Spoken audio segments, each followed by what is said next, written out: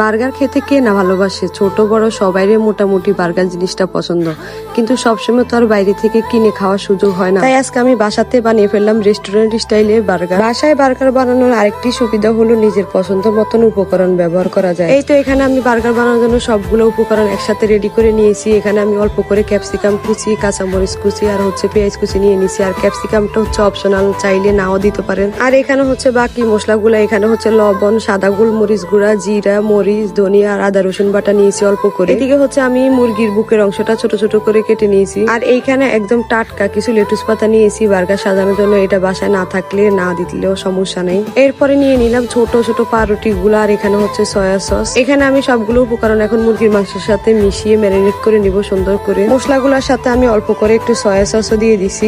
এরপর সবকিছু একসাথে ভালো করে মিশিয়ে আমি এগুলাকে এক পাশে রেখে দিব। এরপর আমি একটা চুলাতে কড়াই বসিয়ে দিয়ে পেঁয়াজটাকে একটু হালকা করে নরম করে ভেজে এরপরে মুরগির মাংসগুলো দিয়ে ভালো করে নেড়ে ছেড়ে ঢাকনা দিয়ে রেখে দিব কতক্ষণের জন্য। ঢাকনা দেওয়ার পরে মুরগির মাংস থেকে পানি বের হবে আর ওই পানিতে মুরগির মাংসগুলো আস্তে আস্তে সিদ্ধ হয়ে যাবে। একটু মাংসগুলো হয়ে আসলে আমি ক্যাপসিকাম কুচি আর কাঁচামরিচ কুচি দিয়ে দিলাম। দিয়ে ভালো করে নেড়ে ছেড়ে আরো কতক্ষণ রান্না করে নিলাম। সব শেষে মুরগির মাংসগুলো নামানোর আগে আমি বেশি করে চিজ দিয়ে দিলাম, মোজারেলা চিজ। আর চিজ না থাকলেও সমস্যা নাই, কিন্তু চিজ দিলে বেশি মজা লাগে খেতে। মুরগির মাংস রেডি করার পরে আমি এখানে চলে আসলাম মেয়োনিজ বানাতে। আর আজকে কাঁচা ডিম দিয়ে মেয়োনিজটা বানাবো। এখানে আগে আমি একটা ডিম ভেঙে দিছি। এরপরে কয়েক কোয়া রসুন কুচি, 2 চামচ গুঁড়া দুধ, চিনি, লেবুর রস আর এখানে আস্ত কয়েকটা গোলমরিচ আর সাদা গোলমরিচের গুঁড়া, সাথে বেশি করে সোয়াবিন তেল দিয়ে এখন আমি এটাকে ব্লেন্ড করে মেয়োনিজ বানিয়ে নিব। সব কাজ শেষ করে এখন চলে আসলাম বার্গার গুলাকে রেডি করতে। আর বার্গার গুলা রেডি করার সময় আমি বনগুলার মাঝখান দিয়ে কেটে আগে এক পাশে বেশি করে মেয়োনিজ দিছি। আর মেয়োনিজটা বেশি হলে আমার কাছে বেশি মজা লাগে। এরপরে চিকেনের পুরগুলা দিয়ে এটার উপরে টমেটো সস দিয়ে দিছি। টমেটো সস দেওয়ার পরে আবার একটু মেয়োনিজ দিয়ে একটু উপরে লেটুস পাতা দিয়ে সুন্দর করে রেডি করে নিচ্ছি বার্গার।